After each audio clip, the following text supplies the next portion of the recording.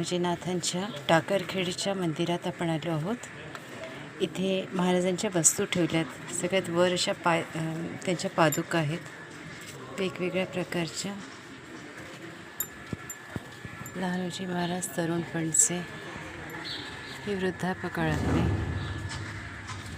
आणि या अशा वस्तू आहेत इथे.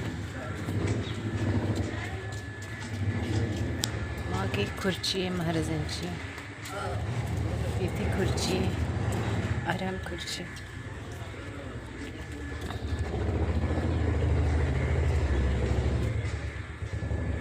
इथे या आसनावर ते बसत. हे गावात जाताना वापरलं जायचं.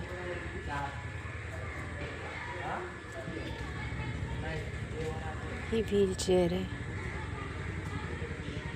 इथे महाराजांच्या काठ्या आहेत ठेवलेल्या, वेगवेगळ्या प्रकारच्या काठ्या, कारण महाराज काठी घेऊन बसत. अनेकांना या काठीचा प्रसादही मिळत आणि म्हणत की सगळे दुःख वगैरे निघून जात ज्याला काठी पडेल त्याचे. किती छान आहे ना सगळं. खूप छान वाटलं मला.